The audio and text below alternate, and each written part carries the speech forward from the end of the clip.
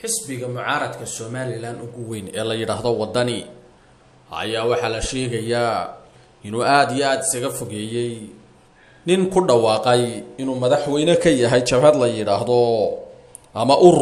la yiraahdo Somaliland Forum waxaanu sheegayaa afayenu hadlay xisbigaasi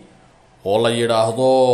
Master Saciid Muuse Cabdi una qaabilsan gobolada Maroodijeex Gabiley iyo Hawd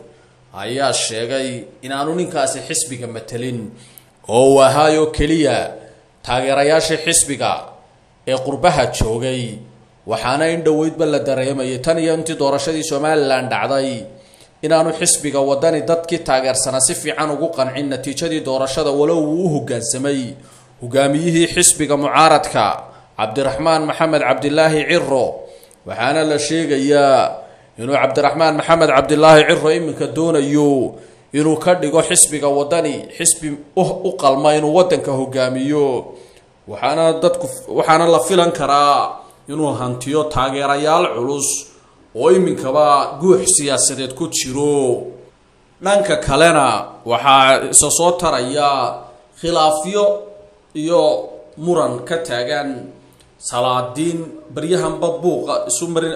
erayo xanafle isu marinaysa saxaafada iyo qaar shirar beeleed iyo ku baaqay oo iminka qaarna ay ka soo horjeedaan qaarna ay taageersan yihiin waxaana la tuhunsanaa markii hore inuu xisbigu lu ku leeyahay dhaqdhaqaaqyada socda haday tahay dibadda iyo haday tahay gudaha yeeshee warkani ayaa iftiiminaya inuu xisbigu bari ka yahay waxaasi taasina waxay dhisi doontaa baa la leeyahay kalsoonida ay shacabka Somaliland ku qabaan xisbiga mucaaradka ugu weyn ee wadani lagana yaabo inay iminka dad badan isla garab taagaan hiil iyo hooba